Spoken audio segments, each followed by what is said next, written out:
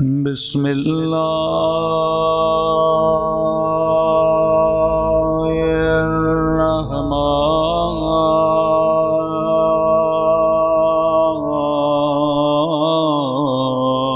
الرحیم۔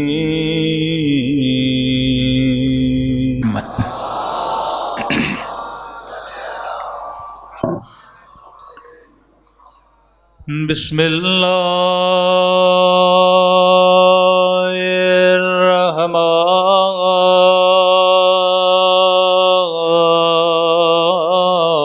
الرحیم۔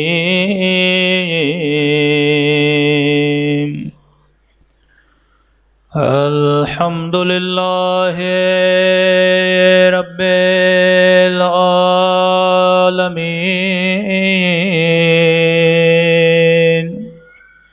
الحمد للہ کما هو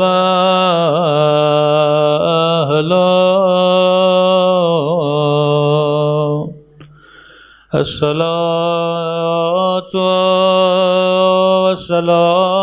والسلام على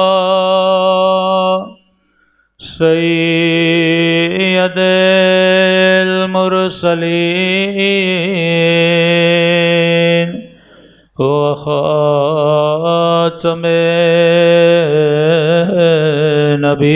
النبيين أبي القاسم محمد، اللهم صل على محمد وعلى آله الطيبين الطاهرين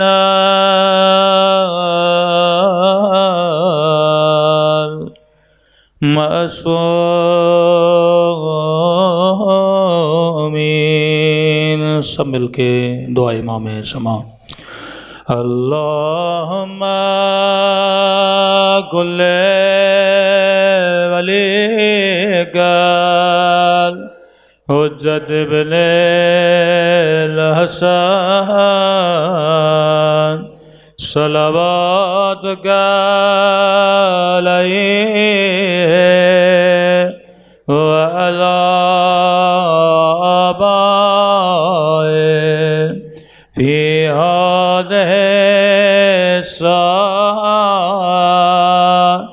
وفي كل وليا وحافظا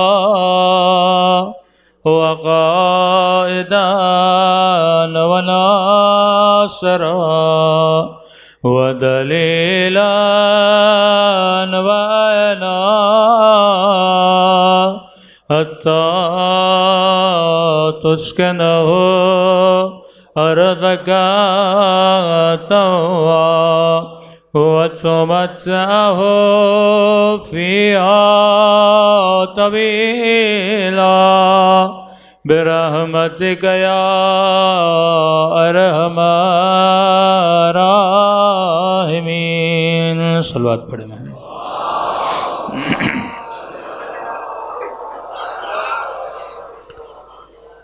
بسم اللہ الرحمن الرحیم۔ رب اشرح لی صدری ویسر لی امری واحلل عقدۃ من لسانی یفقهوا قولی، اما بعد۔ بسم اللہ الرحمن الرحیم۔ قل لا اسألکم علیہ اجرا الا المودۃ فی القربہ۔ صلوات پڑھیں محمد وآل محمد۔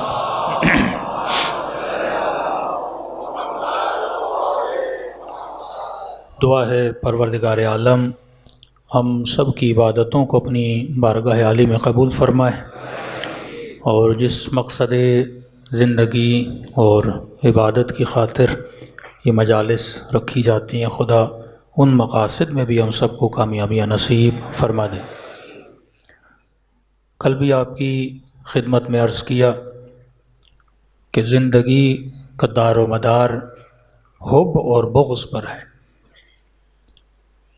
اللہ محبت کا دشمن نہیں، کیونکہ محبت الہی جذبہ ہے۔ اسی طرح غصہ، نفرت، یہ جذبات بھی جو اللہ نے دیے ہیں یہ بھی الہی جذبے ہیں۔ ایک جذبہ جمال الہی کا مظہر ہے، ایک جذبہ جلال الہی کا مظہر ہے۔ جب ہم محبت کرتے ہیں تو یہ مظہر جمال ہے، جب ہم غصہ کرتے ہیں تو یہ مظہر جلال ہے۔ اور کائنات اگر چل رہی ہے، اس کائنات میں اگر ہم جی رہے ہیں تو آپ کسی کی زندگی سے محبت کو نکال دیجئے، ڈپریشن کے علاوہ کچھ بھی نہیں۔ تبھی کہا کہ ہم نے شادی میں سکون رکھا، ہم نے اولاد میں سکون رکھا، لیکن یہی سکون کبھی فتنہ بن جاتا ہے، یہی اولاد کبھی باعث فتنہ ہو جاتی ہے، یہی محبتیں لوگوں کو لڑاتی ہیں۔ ابھی جیسے ایام فاطمیہ شروع ہوتے ہیں تو ایک عجیب سا ماحول کراچی کا بن جاتا ہے۔ اب ایک علاقے سے ہم آ رہے ہیں، وہاں پہ ایک بندے کا گھر بھی جلا دیا گیا، پولیس وین بھی جلا دی گئی، صرف اس پہ کہ آپ نے تاریخی کچھ شخصیات کے نام دیے ہیں۔ یعنی یہ محبت انسان سے کیا کچھ نہیں کرواتی، کبھی یہ محبت تناقض میں بن جاتی ہے۔ ایک بندہ شدت سے آپ کو پسند ہے، دوسرے کو نہیں پسند۔ ایک بندے سے آپ شدت سے نفرت کرتے ہو، اگلا بندہ اس سے شدید محبت کرتا ہے۔ اب یہاں پہ شخصیات میں کلیش پیدا ہوتا ہے۔ اب کوئی نہ کوئی تو معیار ہونا چاہیے نا امت کے لیے، انسان کے لیے، کہ میں کس سے محبت کروں اور کس سے نہ کروں۔ یہ کیسا تناقض ہے کہ آدھے مسلمان ایک سے محبت کر رہے ہیں اور آدھے مسلمان کسی اور سے محبت کر رہے ہیں۔ تو یہاں پہ جو تناقض پیدا ہوتا ہے وہ اس لیے ہوتا ہے کیونکہ دو چیزیں انسان کے لیے حجت کو تمام کرتی ہیں۔ ایک حجت تمام ہوتی ہے علم کے ذریعے، دوسری حجت تمام ہوتی ہے نور کے ذریعے۔ کہ میرے 11ویں امام فرماتے ہیں کہ ہم امام تمہارے اوپر حجت ہیں، نحن حجج اللہ، ہم اللہ کی طرف سے تمہارے لیے حجت ہیں۔ اور یہاں پہ مقام سیدہ اتنا بڑا کہ فرماتے ہیں کہ ہماری دادی زہرا ہم پر حجت ہے۔ صلوات پڑھیں نبی کی شان پر۔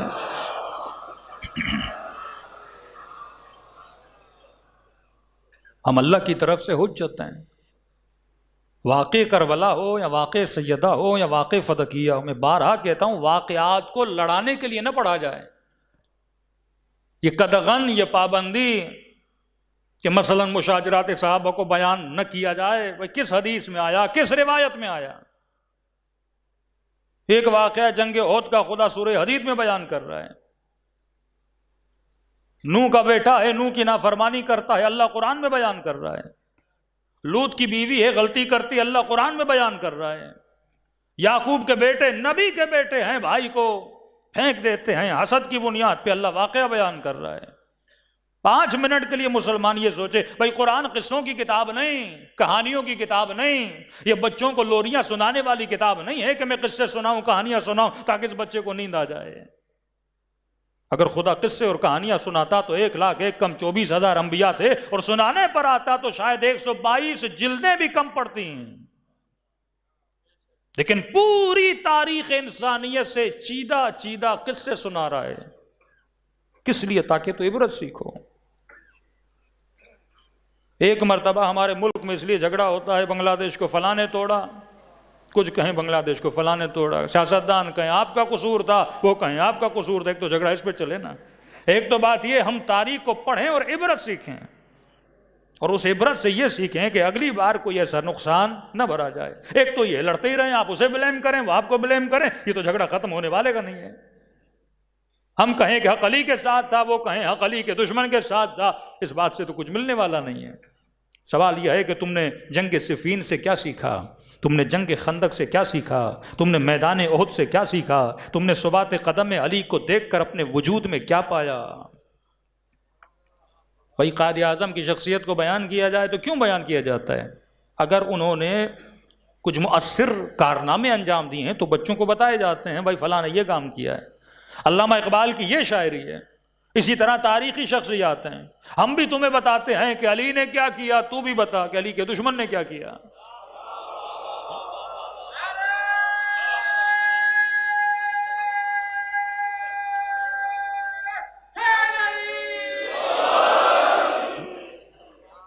ایسے ایسے تاریخ میں کچھ جان بچانے کے لیے بے حیائی پہ اتر آتے ہیں۔ اور علی کو اگر شہادت نہیں ملتی تو نبی کے سامنے روتے ہیں، یا رسول اللہ چچا حمزہ شہید ہو گئے، علی اب تک زندہ ہے۔ یہ تاریخ ہمیں کیا سکھاتی ہے؟ تاریخ عبرت کے لیے ہے، لڑائیوں کے لیے نہیں۔ کہیں ایسا نہ ہو کہ شیطان ہمیں بھی اس سمت میں لگا دے کہ ہم واقع جناب سیدہ کو لڑائی کے لیے استعمال کریں۔ کس شیعہ جوان کو نہیں پتا کہ قاتل سیدہ کون ہے؟ کس اہل بیت کے ماننے والے کو نہیں پتا کہ حق کس نے نہیں دیا تھا، معاملات اور ماجرا کیا تھے؟ تو میرا جو طریقہ بیان ہے اس میں مد مقابل کو عبرت کی طرف لے آؤں تاکہ وہ تاریخ سے کچھ سیکھے۔ امام رضا کی ایک حدیث ہے، اللہ صلی اللہ علیہ وسلم، میرا مولا فرماتے ہیں کہ غیبت امام زمانہ میں ہماری کیا ڈیوٹی ہے؟ کہا جو غیبت امام میں لوگوں کو یہ احساس دلائیں کہ تم نے حجت خدا کو چھوڑ کر کتنی بڑی غلطی کی۔ اگر تم نے دامن اہل بیت کو تھاما ہوتا آج مسلمان کہاں ہوتا؟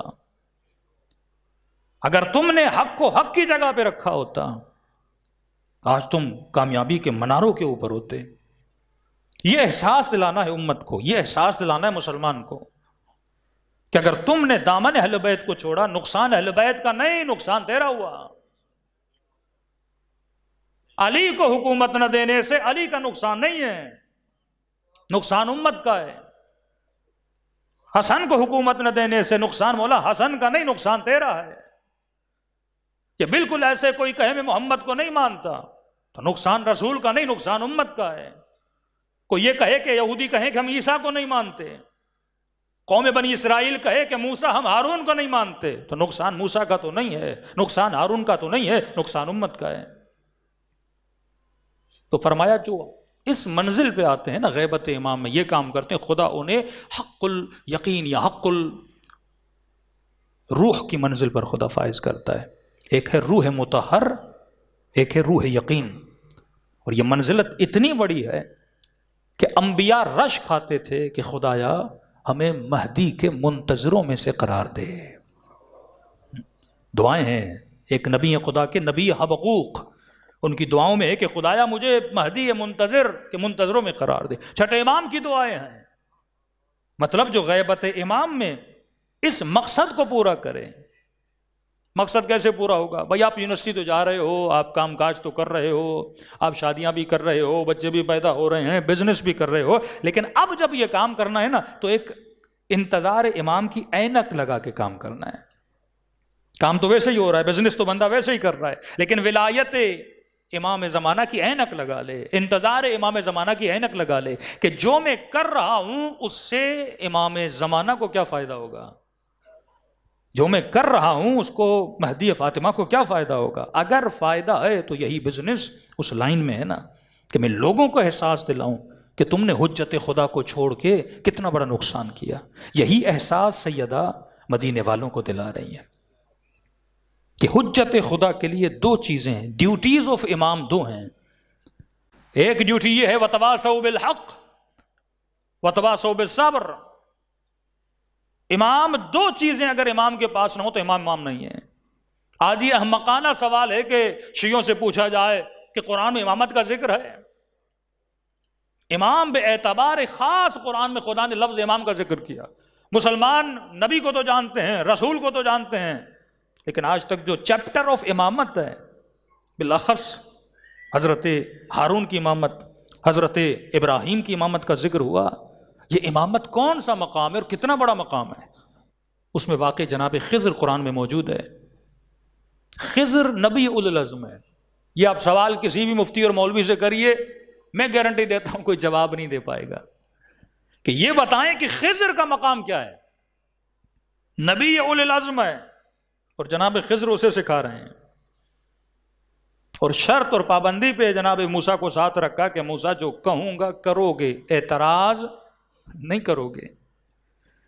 کشتی پہ سوار ہوتے ہیں اور وہ کشتی کو سوراخ کر دیتے ہیں۔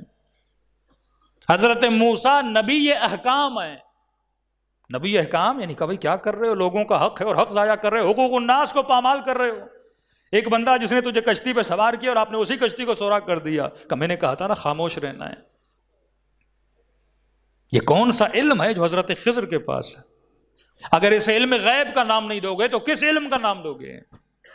یہ کون سا علم ہے جو نبی اولی العزم کو تربیت دے رہا ہے؟ نبی اولی العزم کو یہ کون سا مقام ہے؟ نبی کا مقام ہے، رسول کا مقام ہے، ولی کا مقام ہے. اس مقام کو آج کا مفتی کیا نام دے گا؟ جو حضرت خضر کا مقام تھا کہ نبی کو بتا رہا ہے، مطلب ان کا علم نبی کے علم سے زیادہ ہے. بعد میں پتا چلا جو وقت کا حاکم تھا وہ کشتیاں لے رہا تھا، کسی جنگ پہ جانا تھا، اور اس نے دیکھا کشتی میں سوراخ ہے، تو اس سوراخ کی وجہ سے کہا یہ اس کشتی کو میں کیسے لے جاؤں، یہ جنگ میں جائے گی، تو پہلے سے سوراخ ہے، اور اس نے کشتی کو چھوڑ دیا. پھر آگے بڑھتے ہیں، گاؤں والے ہیں جو ان کو کھانا نہیں دیتے، پتھر مارتے ہیں، گاؤں سے ذلیل کر کے باہر نکال دیا جاتا ہے. غصے میں حضرت موسیٰ کہ انہوں نے ہماری عزت نہیں کی، کھانا نہیں دیا، نبی کو پتھر مارے، بدتمیزی کر کے گاؤں سے نکالا.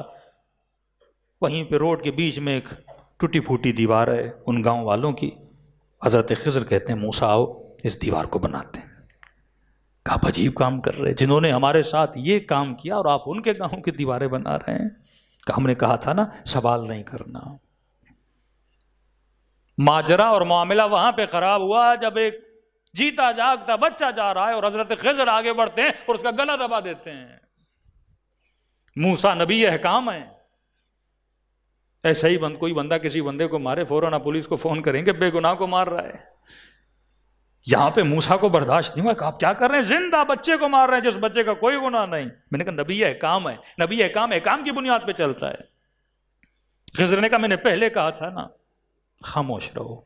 اس کے بعد حضرت موسیٰ کو چھوڑ دیا. رسول خدا کی حدیث ہے کہ اگر موسیٰ صبر کرتا اللہ وہ دیتا جس کا موسیٰ نے سوچا بھی نہیں تھا.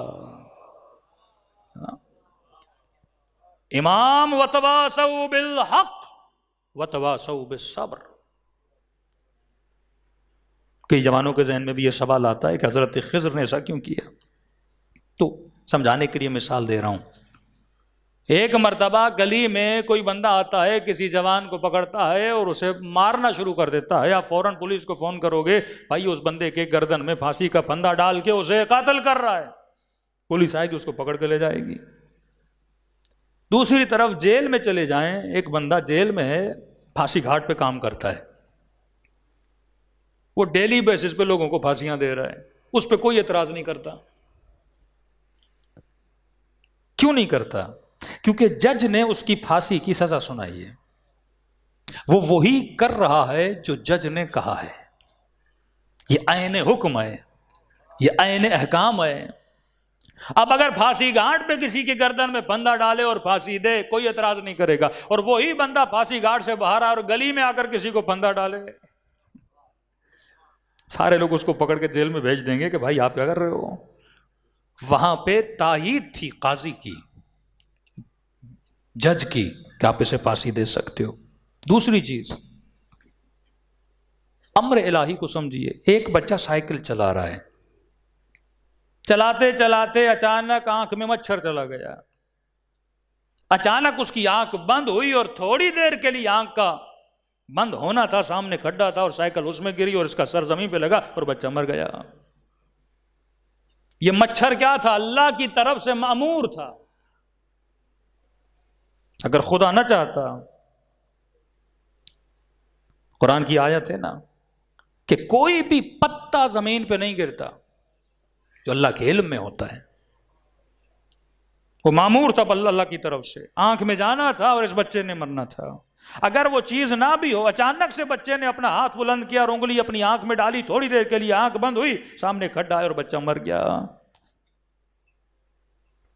جس طرح ایک مچھر اللہ کے حکم کی اطاعت کر رہا ہے، ہاتھ کی انگلی اللہ کے حکم کی اطاعت کر رہی ہے، اسی طرح انبیاء بھی پابند ہیں حکم پروردگار عالم کے. اب کہا یہ بچہ بڑا ہوتا اور اپنے ماں باپ کو ذلیل و خوار کرتا. بچپن میں خدا نے اسے اٹھا لیا مصلحت کے اعتبار سے. معصوم فرماتے ہیں اسے میدان عرفہ میں بھیجا جاتا ہے مرنے کے بعد، اور وہاں پہ خدا اس کو اپنا اجر دیتا ہے. وہ ساری کائنات کو اپنی مصلحتوں کی بنیاد پہ چلاتا ہے. لیکن یہ کون سا مقام ہے جو خدا نے جناب خضر کو دیا ہے؟ یہ مقام امامت ہے۔ امام لوگوں پہ حجت کو تمام کرتا ہے۔ حجت تب تمام ہوتی ہے جب اس میں دو کوالٹی ہوں۔ سیدہ کی جب زیارت پڑھتے ہیں، السلام علیکی یا ممتحنتی امتحنک اللہ قبل ان یخلقکی، اس سے پہلے کہ آپ کو خلق کیا جاتا خدا نے آپ کا امتحان لیا تھا۔ امتحان معصوم کیا ہے؟ کل کی مجلس میں نے اشارہ کیا، ایک ہوتا ہے تواتر لفظی، ایک ہوتا ہے تواتر معنوی، ایک ہوتا ہے تواتر موضوعی۔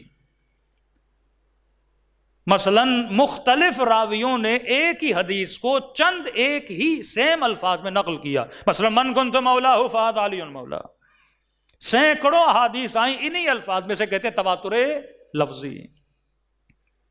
ایک مرتبہ رسول نے کہا کہ علی تم میری طرف سے مومنوں کے امیر ہو، کبھی کہا میری طرف سے مومنوں کے نقیب ہو، کبھی کہا وزیر ہو، کبھی کہا خلیفہ ہو۔ الفاظ مختلف ہیں پر معنی ایک ہے۔ آپ نے میری مجلس سنی اور گھر میں جا کے اس بندے نے کہا مولانا نے یہ کہا، اس نے کہا مولانا نے یہ کہا، معنی ایک تھی لیکن الفاظ کیا تھے؟ الگ الگ تھے۔ ایک ہے تواتر موضوع، سب نے نقل کیا، مثلا خندق میں علی بڑے بہادر تھے، خیبر میں علی بڑے بہادر تھے، جنگ احد میں دنیا بھاگتی رہی پر علی نہ بھاگے۔ یہ تواتر موضوع ہے۔ کوئی اہل سنت کا بھائی، کوئی مفتی یہ انکار نہیں کر سکتا کہ علی بہادر نہ تھے۔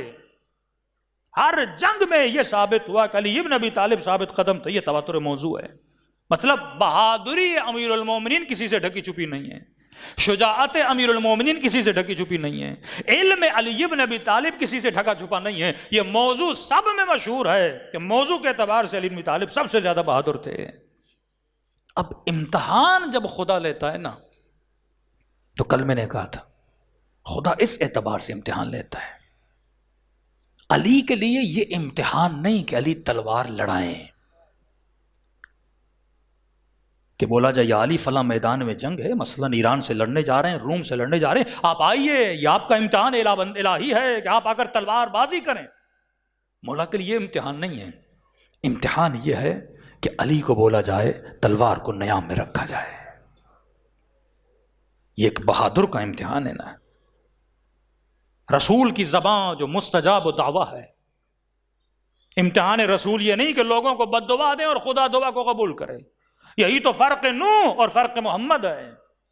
نوح نے بد دعا دی اور اللہ نے سیلاب کو نازل کیا، لیکن رسول پہ اتنی مصیبتیں آئیں، پتھر مارے گئے، لیکن کبھی زبان سے بد دعا نہیں دی، کبھی سکینہ نے بد دعا نہیں دی، کبھی بی بی زینب نے بد دعا نہیں دی، کبھی امام حسین نے بد دعا نہیں دی، جبکہ یقین تھا اگر بد دعا کریں گے تو خدا قبول کرے گا۔ امتحان یہی ہے، طاقت کے ہوتے ہوئے طاقت کو استعمال نہ کرنا۔ یہ امتحان علی ابن ابی طالب ہے۔ بچگانہ باتیں کہ علی کے گھر پہ حملہ ہوا، علی نے تلوار نہیں نکالی، یہ علی کو اپنے جیسا سمجھ رہا ہے۔ یہی تو امتحان ہے، علی ابن ابی طالب ہے۔ اس سے پہلے کہ تم کو خلق کیا جائے امتحان لیا گیا تھا، عالم ذر میں، عالم ارواح میں۔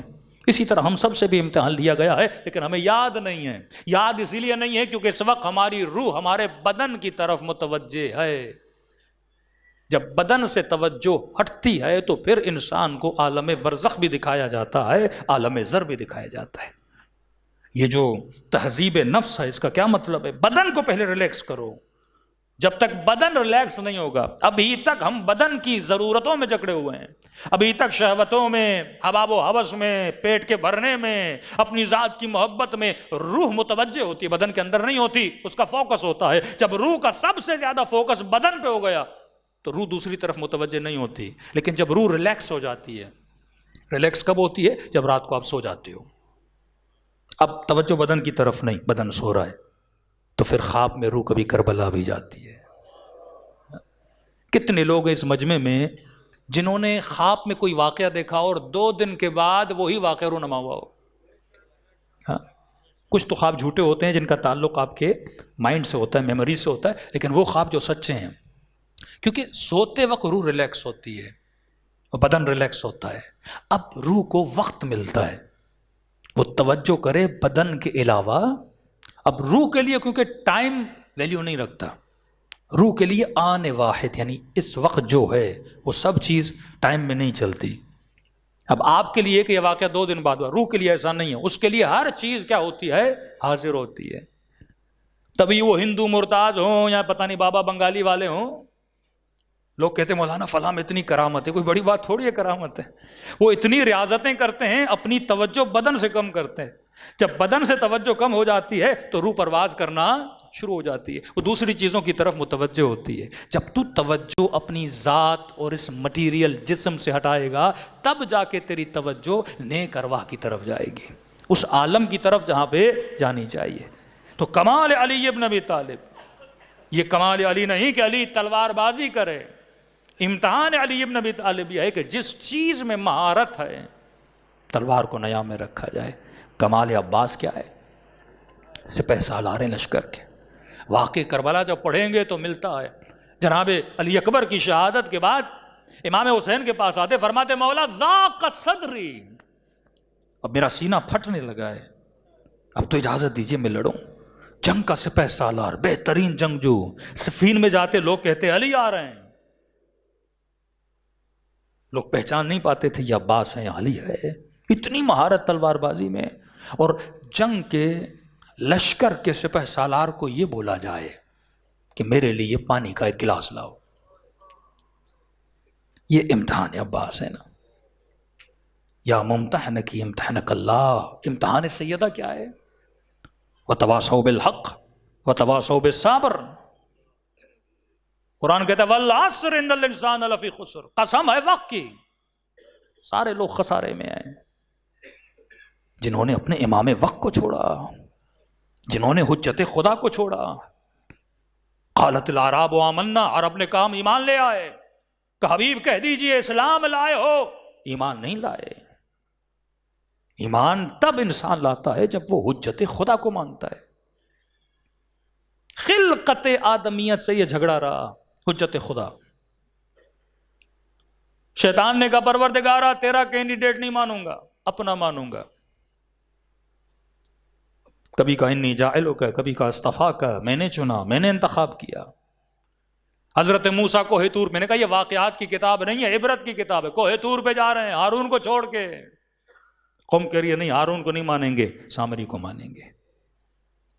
یہودیوں کو کہا کہ عیسیٰ کو بھیجا ہے، کہا عیسیٰ کو نہیں مانیں گے، موسیٰ کو مانیں گے. اس کے بعد جو ہم مانیں گے وہ بولے گا پروردگارہ تیرا جانشین نہیں ہمارا، تیرا کینڈیڈیٹ نہیں ہمارا. تاریخ اسلام پڑھی، رسول خدا نے قبیلوں کو مسلمان بنایا. ایک مشہور قبیلہ رسول کے پاس آیا کہ محمد تجھ پہ ایمان لائیں گے، شرط یہ ہے تیرے جانے کے بعد تیرا کینڈیڈیٹ وہ ہوگا جو ہمارے قبیلے سے ہوگا. نبی نے فرمایا یہ اختیار محمد کو بھی نہیں، یہ اللہ کا اختیار ہے. جسے وہ چاہے اسے حجت بناتا ہے.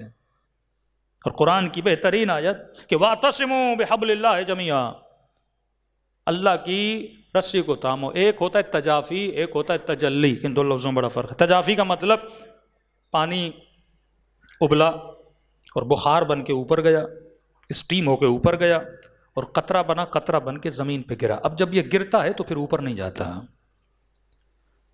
تجلی کا مطلب کیا ہے؟ تجلی کا مطلب یہ ہے کہ آپ کے ہاتھ میں رسی ہو اور آپ کسی کنویں کے اندر جو بالکل ظلمتوں کے اندر ہے اس کے اندر وہ رسی پھینکیں. ایک رسی جو ظلمتوں کے اندر ہے اس کے ہاتھ میں ہو، اس کا ایک سرا، دوسرا سرا کس کے ہاتھ میں ہو؟ آپ کے ہاتھ میں ہو. یہ ہے اللہ ولی الذین آمنوا یخرجہم من الظلمات الی النور، ظلمتوں سے نکال کے نور کی طرف لاتا ہے. کہ واعتصموا بحبل اللہ، سب حبل خدا کو تھامو. اور یہ کہا کہ حبل من اللہ وحبل من الناس، اس کے 2 سرے ہیں. ایک اللہ کی طرف سے جس کو نبی بولا جاتا ہے، رسول، اور حبل من الناس، دوسرا سرا لوگوں کی طرف سے. اب لوگوں کی طرف سے کون ہوگا؟ جھگڑا اس پہ.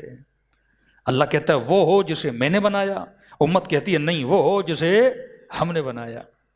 لیکن یہاں پہ تھوڑی لاجک بھی استعمال کریں بھائی، وہ ہو جو اس سے مس میچ نہ ہو. مثال کے طور پہ اگلا بندہ لوہا لے کے کھڑا ہے اور آپ لکڑی دے رہے ہو اسے، تو کرنٹ ہی نہیں ملے گا. جو خدا نے بھیجا ہے اس حبل کا رنگ بھی ویسا ہونا چاہیے جیسے نبی کا رنگ ہے نا. کہا انا وعلی من نور واحد، میں اور علی ایک نور سے ہیں. یا علی لحم کا لحمی، جسم کا جسمی، دم کا دمی. مس میچ نہیں ہونا چاہیے. اگر اوپر والا عالم ہے نیچے والا بھی عالم ہونا چاہیے. اگر اوپر والا پاک ہے تو نیچے والا بھی کیا ہونا چاہیے؟ پاک ہونا چاہیے. فرمایا یہ حجت خدا ہے. اس حجت پہ ہی جھگڑا چلتا رہا، انبیاء کا جھگڑا. اور خدا نے بھی کہا بنی اسرائیل نے حجتوں کا انکار کیا، قتل کیا، انبیاء کو مارا. اللہ نے کہا میں نے بنی اسرائیل سے عیسیٰ کو اٹھا لیا. اور بنی اسماعیل کے ماننے والوں نے جو مسلمان ہیں انہوں نے 11 حجتوں کو قتل کیا. اللہ نے کہا میں تمہارے اندر سے مہدی کو اٹھا لوں گا. اب تا قیامت جاؤ جسے حجت بنانا ہے بناؤ. امت نے مختلف حجتیں بنائی، خلافت بھی آئی، ملوکیت بھی آئی، سلسلہ چلتا رہا. یہاں تک کہ آج ڈیموکریسی اور جمہوریت اور پتہ نہیں ماشاءاللہ اور کس کس چکروں میں ہم پھنسے ہوئے ہیں. کون سا سسٹم ہے جس نے مسلمان کو مطمئن کیا ہو؟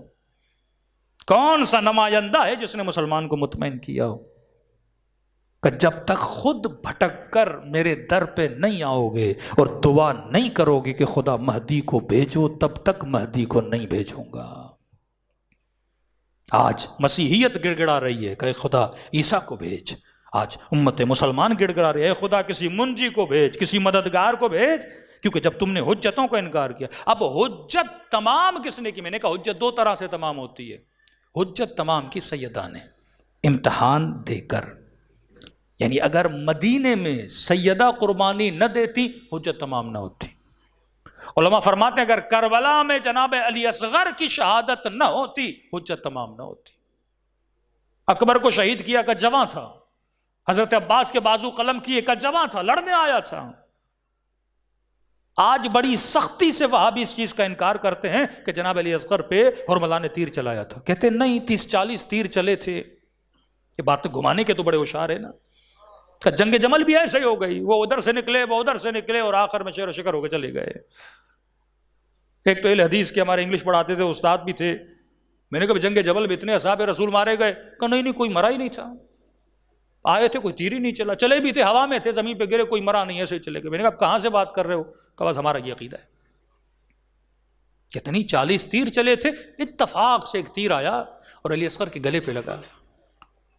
یہاں تک بولا خون حسین کے ہاتھوں میں تھوڑی گرا تھا، وہ گھوڑا تھا اس کے قدموں میں خون گرا تھا. کیوں؟ ان کو پتا ہے شہادت علی اصغر نے حجت کو تمام کر دیا.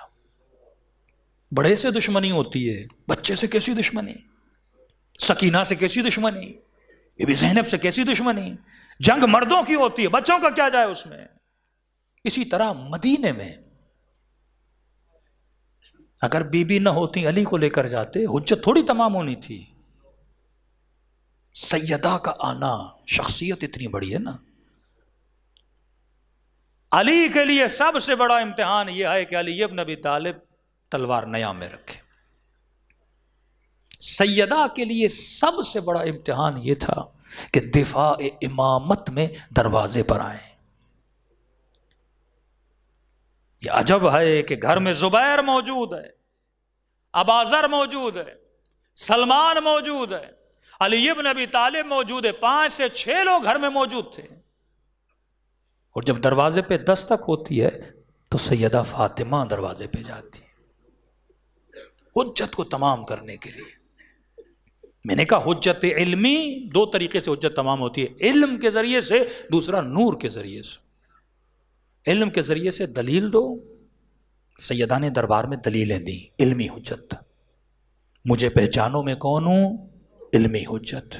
میرے گواہ حسن و حسین ہیں، علمی حجت. اسماء بنت امیس حجت ہیں، اور رسول نے کہا تھا ہر عورت کی گواہی آدھی ہے، اس کی پوری ہے. حجت تمام کرتی گئیں، قرآن کی آیتیں پڑھتی گئیں، دلیلیں دیتی گئیں. مباہلہ میں علمی حجت کو تمام کیا رسول نے نا. لفظ حاج ہے، حاجک، حجت تمام کر رہے نبی مباہلہ میں. مسیحوں پہ حجت تمام ہو چکی تھی کہ میں دلیلیں دے رہا ہوں، حجت تمام کر رہا ہوں تمہارے اوپر، لیکن مجھ محمد کو پتا ہے نہ تم شراب چھوڑنا چاہتے ہو نہ سور کا گوشت چھوڑنا چاہتے ہو، تبھی محمد کو نہیں مان رہے اپنی ذات کی خاطر. اب آؤ مباہلہ کرتے ہیں. دوسری حجت ہے نور کے ذریعے. ایک کمرے میں اندھیرا ہے، آپ اندر چلے گئے اور آپ کا پاؤں گلاس کو لگ گیا، پلیٹ کو لگ گیا، گلاس ٹوٹ گیا. قیامت کے دن پروردگار عالم نے کہا تم نے گلاس کیوں توڑا؟ آپ نے کہا پروردگارا ظلمت تھی، اندھیرا تھا، نظر نہیں آیا. ایک مرتبہ کمرے میں لائٹ جل رہی ہے، آپ دیکھ رہے ہو گلاس پڑا ہے اور پاؤں مارتے ہو. اب قیامت کے دن یہ نہیں بول سکتے مجھے نظر نہیں آیا. اللہ کہے گا حجت میں نے تمام کر دی. ہم اللہ کی طرف سے حجت ہے اور ہماری دادی ہم پر حجت ہے. سیدہ نے حجت کو تمام کیا. سب سے بڑی فضیلت جو ازواج رسول کے لیے بیان کی جاتی ہے وہ کون سی ہے؟ بیوی تو لوط کی بھی تھی، بیوی تو نوح کی بھی تھی، بیوی تو یعقوب کی بھی تھی، دوسرے انبیاء کی بیویاں، رسول خدا کی بیویاں. ان بیویوں کو ان بیویوں پہ برتری کیوں ہے؟ ایک ہی قرآن کی آیت ہے، اے مسلمانوں یہ تمہاری مائیں ہیں، امہات المؤمنین ہیں، یہی برتری ہے، یہ تمہاری مائیں ہیں. دوسرے نبیوں کی بیویاں تمہاری مائیں نہیں ہیں، پر محمد کی بیویاں تم سب کی مائیں ہیں، ان سے نکاح کرنا حرام ہے. لقب ملا امہات المؤمنین امہات المسلمین. کتنا ناز کرتا ہے مفتی، کتنا ناز کرتا ہے مولوی، کتنا ناز کرتا ہے مسلمان کہ نبی کی بیویاں مومنوں کی مائیں ہیں. اتنا بڑا مقام کہ مومنوں کی مائیں. لیکن ہوش کے ناخن لے جس کے لیے نبی یہ کہے کہ ام ابیہا، مومنوں کی ماں نہیں، محمد کی ماں، جو مومنوں کا سردار ہے، جو پوری امت کا سردار ہے. کہ یہ ڈھکی چھپی روایت ہے، ہر مانتا ہے کہ نبی نے کہا تھا ام ابیہا، یہ اپنے باپ کی بھی ماں ہے. اب سوچو اس بی بی کا مقام کتنا بلند ہے. میں نے کہا قرآن ہر چیز کا کلو دیتا ہے، آپ کو لینا چاہیے. یہ بولا جائے کہ سیدہ مصحف سیدہ کے بارے میں متواتر ہمارے پاس روایتیں ہیں مختلف اقوال سے. ایک تھے ڈائریکٹ جبرائیل آیا، ایک ہے مباشرتاً خدا نے بی بی کو دیا، ایک ہے رسول کو بتاتے گئے اور رسول سیدہ کو دیتے گئے. اور میرے پانچ امام فرماتے ہیں ہم سے اگر کوئی مسئلہ پوچھا جاتا ہے ہم اپنی ماں کے مصحف کی طرف رجوع کرتے ہیں. اب ضروری نہیں کتابی صورت میں ہو، ذہنی صورت میں بھی ہو سکتا ہے مصحف سیدہ. اب مسلمان کہتے ہیں کیسے ممکن ہے، جبرائیل تو انبیاء پہ آتا ہے. آپ نے کہا نبی کی بیٹی پر جبرائیل آتا تھا. تو اللہ نے کہا میں نے قرآن میں مریم کی مثال دی ہے. جب مریم جبرائیل سے باتیں کر سکتی ہے تو ام ابیہا باتیں کیوں نہیں کر سکتی؟ دلیل موجود ہے اگر مسلمان قرآن پڑھے. بی بی نے حجت کو تمام کیا، نور عیاں ہو گیا. ایک خطبہ دوسرا خطبہ، ایک ایک مسلمان کے دروازے پہ جاتی ہیں، مجھے پہچانو میں کون ہوں. حجت رسول نے تمام کی. اپنے جانے سے پہلے روز آتے تھے اور دروازے پہ کھڑے ہو کے کہتے تھے السلام علیکم یا اہل بیت النبوہ و معدن الرسالہ. سارے مسلمان دیکھتے تھے. سب نے بتایا کہ بیٹی کے احترام میں کبھی کھڑے ہوتے تھے. کبھی سامنے سے ایسے گزر جاتی تھی نا سیدہ تو نبی سر جھکا لیتے تھے. اتنا بڑا مقام اس بی بی کا. بی بی نے امت پہ حجت کو تمام کیا. اب کوئی بہانہ نہیں. دیکھیے دو طرح کے کافر ہوتے ہیں نا. ایک کافر ہے فقہی کافر، ہاتھ گیلا ہے ہاتھ ملاؤ بندہ نجس ہو جاتا ہے، اس نے اللہ کی توحید کا انکار کیا. کفر کا مطلب انکار ہے. ایک وہ کافر ہے جس نے اللہ کے ہادیوں کا انکار کیا ہے. یہ کفر بھی بڑا خطرناک ہے کہ جن کو اللہ نے حجت بنا کے بھیجا تمہارے لیے، تمہاری کامیابی کے لیے، لیکن ہم اسے چھوڑ دیں.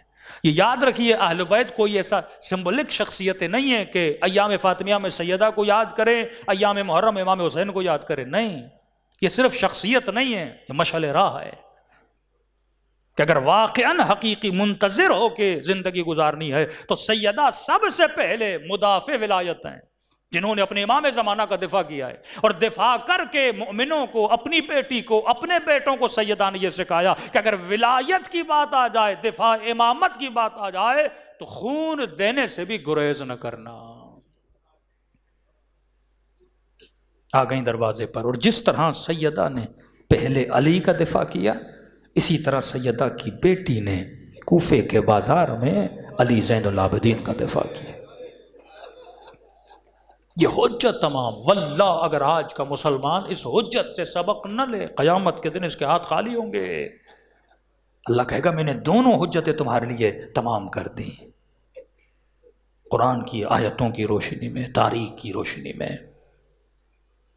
ایک بوڑھا شخص زندگی کے آخری لمحات میں مکتب اہل بیت میں آیا. اس سے یہ پوچھا کہ آپ کس طرح اس مکتب میں آئے، کون سی چیز ہے جس نے آپ کو اٹریکٹ کیا؟ کہ کسی ممبر سے سن رہا تھا، ایک شیعہ ذاکر پڑھ رہا تھا کہ نبی کی بیٹی ایک باغ کے لیے، زمین کے ٹکڑے کے لیے وقت کے بادشاہ کے پاس گئیں اور کہا کہ یہ میرا ہے، میرے بابا نے مجھے دیا ہے. اور شیعہ ذاکر نے کہا کہ انہوں نے نبی کی بیٹی کو خالی ہاتھ لوٹا دیا. کہتی بات مجھ سے ہضم نہیں ہوئی، ہم گاؤں کے لوگ سادات کا اتنا احترام کریں. اور اس نے چیلنج کیا، کسی بھی مفتی اور مولوی سے جا کے پوچھو نبی کی بیٹی کچھ لے کر آئی تھیں یا خالی ہاتھ آئی تھیں، فیصلہ تم کر لینا. میں نے کہا جھوٹ بول رہا ہے. کہتے مسجد کا مولوی تھا اس کے پاس. کیا؟ میں نے کہا مولانا کیا یہ سچ ہے کہ نبی کی بیٹی مانگنے گئی تھی؟ انہوں نے کہا یہ تاریخی مسائل ہیں، آپ کیوں سوال کریں؟ کہ نہیں مجھے سوال یہ مانگنے گئی تھی. یہ بتائیے کچھ ملا تھا یا خالی ہاتھ آئی تھی؟ کہ نبی کی یہ حدیث تھی، نبی کا یہ فرمان تھا. کہ نہیں مجھے وہ نہیں سنائیے، بس اتنا بتائیے خالی ہاتھ آئی تھیں یا کچھ لے کر آئی تھی. اصرار کیا. اس نے کہا سیدھی سیدھی بات یہ ہے، نہیں ملا تھا، خالی ہاتھ آئی تھی. کہتا میں نے مفتی کو کہا اگر میرے در پہ کوئی سید زادی بھی آئے نا، نبی کی بیٹی نہیں، اس کی بیٹی کی اولاد میں سے صدیوں کے فاصلے کے بعد کوئی سید زادی آئے اور کوئی جھوٹا دعویٰ ہی کرے لیا تو باللہ کہ یہ زمین کا ٹکڑا میرا ہے، کہ میں اس کے حسب کو دیکھ کر، نسب کو دیکھ کر خالی ہاتھ نہیں لوٹاؤں گا. وہ تو مصطفیٰ کی بیٹی تھی.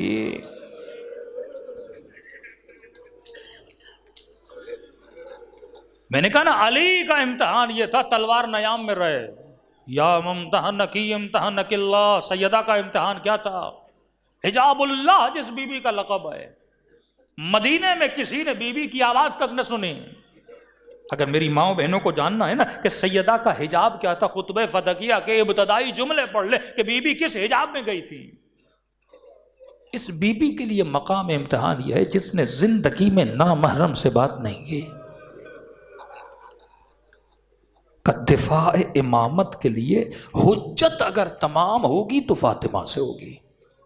علی جائیں گے تو لوگ کہیں گے شوق حکومت ہے، بیٹے جائیں گے تو باپ کے دفاع میں یہ فاطمہ ہے، نبی کی بیٹی ہے، کبھی کسی سے بات نہیں کی. نابینا آئے تو سامنے نہیں آتی، کوئی نامحرم معصوم کے بدن کی خوشبو بھی نہ سونگے.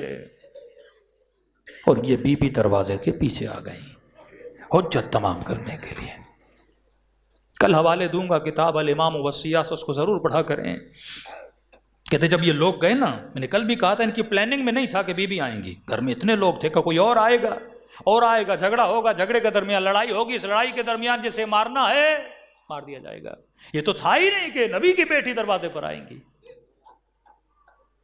کہتے کئی لوگ گئے، لیکن جب دروازے پہ دستک دی تو اندر سے آواز آئی، ایک خاتون کی آواز آئی. اکثر نے سمجھا کوئی کنیز ہے کہ علی کو بلا دیا جائے. اور انہوں نے کہا جب تک میں زندہ ہوں تم میں سے کوئی علی کو نہیں لے جا سکتا. کہ آپ کون ہو؟ کہ میں فاطمہ ہوں. کہتے ہیں آدھے لوگ پیچھے ہٹ گئے. کہا یہاں تک آئے ہیں، آگے ہم میں ہمت نہیں. کہ ہم آگے بڑھیں۔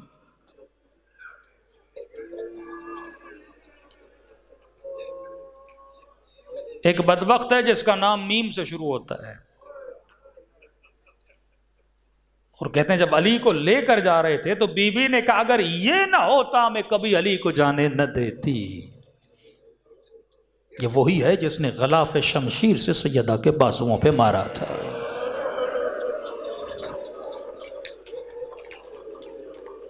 اب کمال سیدہ دیکھیے کہ اس حال میں علی کو کھینچ کے لے جایا جا رہا ہے اور دامن علی میں سیدہ کا ہاتھ ہے۔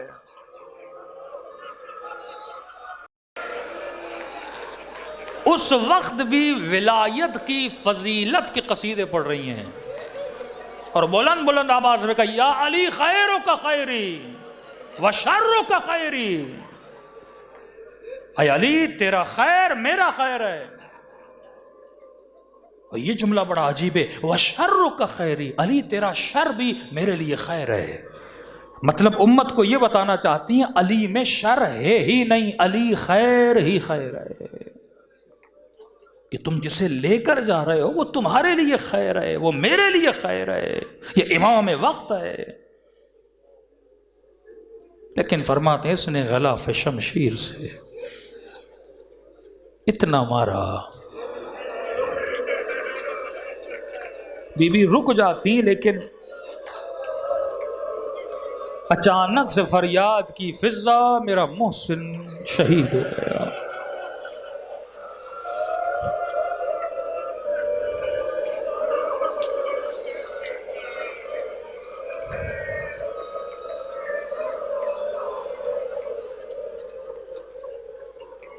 علماء فرماتے ہیں مظلوم اول اگر کوئی تاریخ میں ہے وہ علی بن ابی طالب ہے۔ عرب کے لوگ آتے تھے علی سے سوال کرتے تھے کیونکہ مشہور تھا سلونی سلونی قبل ان تفقدونی، کہ یا علی ایک معمولی سا سوال ہے ہم میں بحث ہو گئی ہے۔ امام نے کہا پوچھو، کہ علی مرد کے لیے سب سے بڑی مصیبت کیا ہے؟ امام نے کہا تو بتا، کہ یا علی میرا ماننا ہے اگر مرد قرض دار ہو مفلس ہو سب سے بڑی مصیبت ہے۔ دوسرے سے کہا تو بتا کہ اگر مرد بے اولاد ہو، تیسرے سے کہا تو بتا کہ اگر مرد بیمار ہو۔ یہ بتاتے گئے، علی کہتے گئے نہیں یہ مصیبت بڑی نہیں، دوسرے کو کہا نہیں یہ مصیبت بڑی نہیں، تیسرے کو کہا نہیں یہ مصیبت بڑی نہیں، تینوں نے کہا یا علی اب آپ بتائیے مرد کے لیے مصیبت بڑی سب سے کیا ہے؟ کہتا یہ سوال کرنا تھا نا، علی کے چہرے کا رنگ دودھ کی طرح سفید ہو گیا۔ یہ مشکل کشا ہے، یہ فاتح خیبر ہے، کسی سوال کے جواب میں علی ہچکچائے نہیں، لیکن جب یہ پوچھا نا علی آپ بتائیے کا چہرہ دودھ کی طرح سفید ہو گیا۔ پوچھنے والا کہتا ہے علی کھڑے تھے زمین پہ بیٹھ گئے، چھوٹے بچوں کی طرح رونے لگے، کہ یا علی غلطی ہوئی تو معاف کریے، ہم نے ایک سادہ سا سوال کیا رو کیوں رہے ہیں؟ کہ سوال ایسا کیا تم نے علی کے زخموں کو تازہ کر دیا، کہ خدا کی قسم اگر نبی کی وصیت نہ ہوتی کہ مرد کے لیے سب سے بڑی مصیبت یہ ہے وہ فاتح خیبر ہو، وہ فاتح خندق ہو، وہ فاتح بدر و حنین ہو، اور اس کے سامنے اس کی بیوی کو مارا جائے کچھ کر نہ سکے۔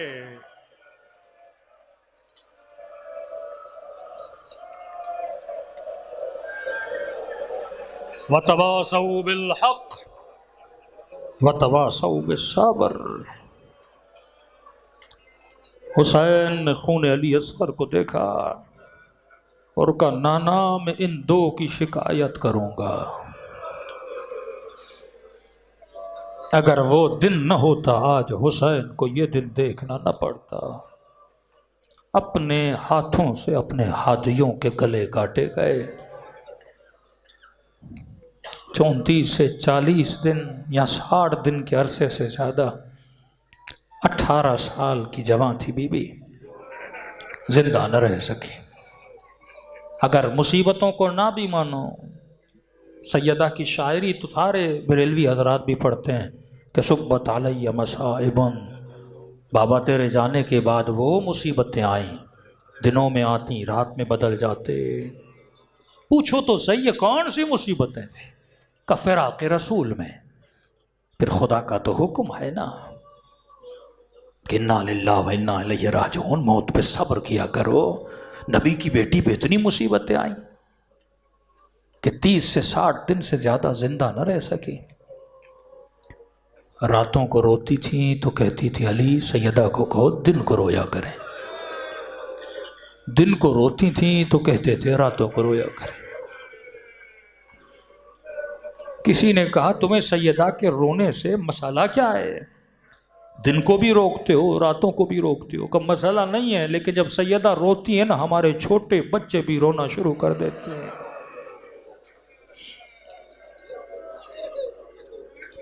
فرمایا ہم ہر مصیبت برداشت کر لیتے ہیں، لیکن اپنی اماں زہرا کی مصیبت ہم سے برداشت نہیں ہوتی۔ دلوں کو کربلا لے کر چلیں، سلام کریں اس بی بی کی مقدس ذات پہ، ثواب زیارت حسین، یتیمی حسین کو سلام کریں۔ السلام علی الحسین وعلی علی ابن الحسین وعلی اولاد وعلی اصحاب،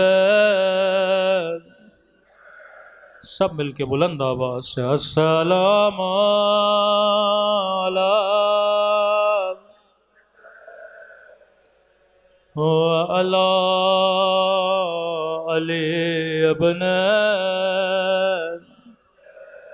بلند آواز سے وعلی اولاد وعلی اصحاب، سب مل کے السلام علی حسین وعلی علی ابن وعلی اولاد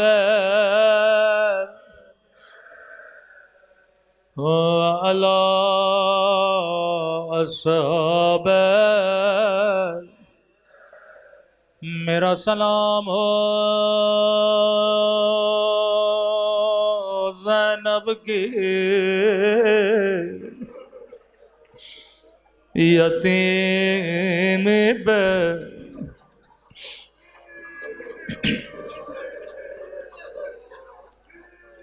اللہ بچپن میں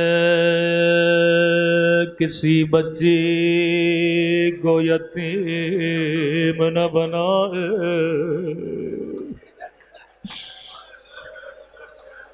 عجیب عالم ہے سیدہ زینب کی یتیمی کا۔ فرمایا فضا میری زینب کو بلاؤ،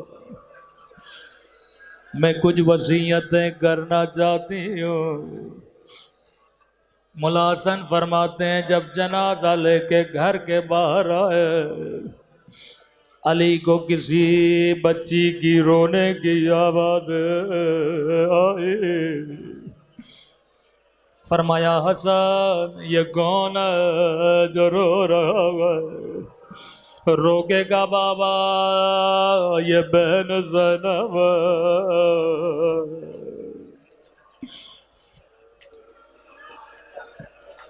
بچیاں بھی ماں سے بڑا پیار کرتی ہیں۔ روتے روتے بی بی زینب ماں کے کمرے میں آئی، فرماتی ہے میں نے کیا دیکھا، زخمی بازو میں تسبیح تھی، ذکر خدا میں مشغول ہے، میں تبھی کہتا ہوں شیعو جب نماز کے بعد تسبیح سیدہ پڑھو تو خدا کو ٹوٹے ہوئے بازو کا واسطہ دیا کرو۔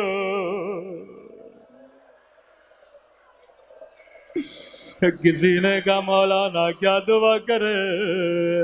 میں نے کہا دعا کرو خدا امام زمانہ کا ظہور کرے، اس ظالم سے بدلا لے جس نے آگ کا دروازہ گرایا۔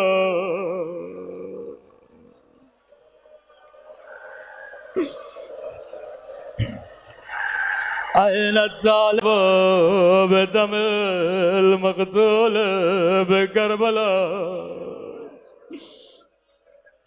بڑے ادب سے ماں کے سامنے بیٹھی کہ زینب کچھ وصیتیں کرنا چاہتی ہوں، عمر 4-5 برس ہے، دھیمی سی آواز میں کہا زینب صندوق سے گٹھڑی نکال کے لانا۔ سیدہ زینب نے صندوق سے گٹھڑی نکالی، اماں زہرا کے سامنے رکھے، کہ زینب میرے بازو میں طاقت نہیں، زحمت نہ ہو ذرا گٹھڑی کو کھولنا۔ بی بی زینب فرماتی ہے میں نے گٹھڑی کو کھولا، گٹھڑی کے اندر چند سفید کفن تھے۔ ایک مرتبہ کفن نکالا کہ زینب یہ میرا کفن ہے، رو کے کہنے لگی اماں تیرے بعد زینب کیسے جیے گے؟ کہ زینب یہ کفن بابا کو دینا، یہ میرا کفن ہے۔ ام المصائب ہیں بی بی زینب، روتی ہوئی آنکھوں سے بی بی زینب نے کفن لیا، ایک مرتبہ گٹھڑی سے دوسرا کفن نکالا۔ بی بی زینب کہتی ہیں میں دل ہی دل میں دعا کر رہی تھی اللہ کرے یہ زینب کا کفن ہو۔ زینب نے ماں کا جنازہ دیکھا پر بابا کا جنازہ نہ دیکھا۔ زینب مر جائے پر بابا کا مرنا نہ دیکھے۔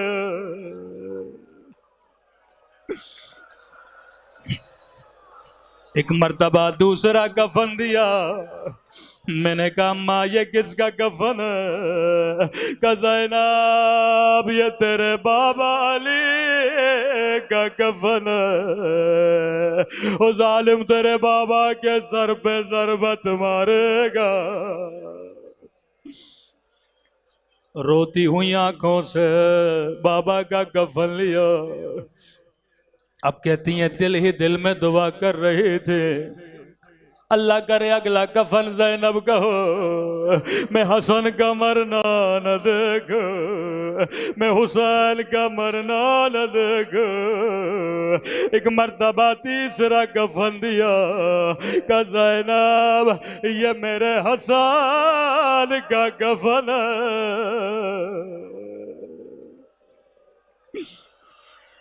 اب زینب کا کلیجہ پھٹنے لگا۔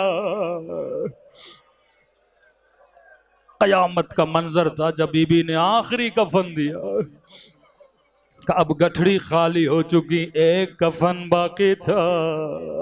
جیسے وہ کفن اٹھایا میں دل میں دعا کر رہی تھی اللہ زینب حسین کا جانا نہ دیکھے۔ میں نے روتی ہوئی آنکھوں سے کہا اماں یہ میرا کفن ہے۔ کہا نہیں زینب یہ بھی تیرے حسن کا کفن ہے۔ میں نے کہا ماں حسن کا کفن تو دیا کہ میرے لال کو 2 مرتبہ کفن دیا جائے گا، اور جنازہ تیروں سے چھلے۔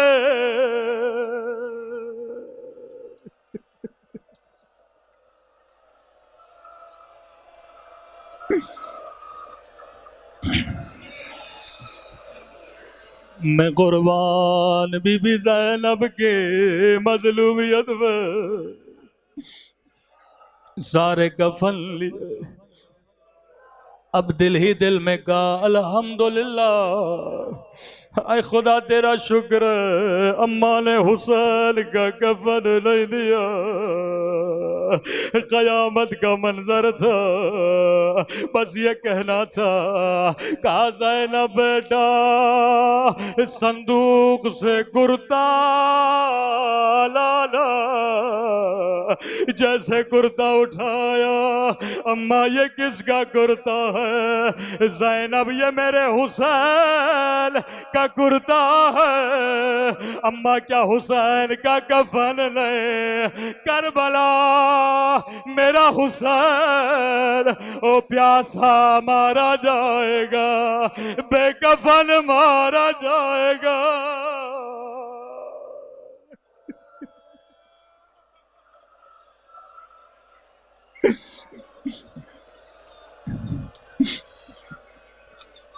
میں قربان بی بی زینب پہ،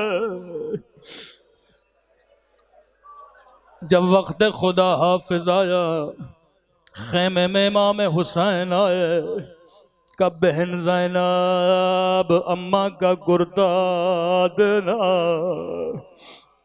بھائی کو کرتا پہنایا، جاتے جاتے بھائی کے گلے پہ بوسہ دینے لگے۔ زینب کیا کر رہی ہو؟ حسین اماں کی وصیت ہے میں تیرے گلے پہ بوسہ دوں، لیکن ہائے زینب کی قسمت، الا لعنت اللہ علی القوم الظالمین۔ پروردگار سیدہ کے اجڑے ہوئے گھرانے کا واسطہ ہمارے مولا اور آقا امام کا ظہور فرما، ہم سب کو مولا کے اعوان و انصار میں شریک فرما، ہم سب کے صغیرہ کبیرہ گناہ معاف فرما، حجت خدا امام زمانہ کا ظہور فرما، ہم سب کو مولا کے اعوان اور انصار میں شریک فرما۔ ربنا تقبل منا انک انت السمیع الدعاء۔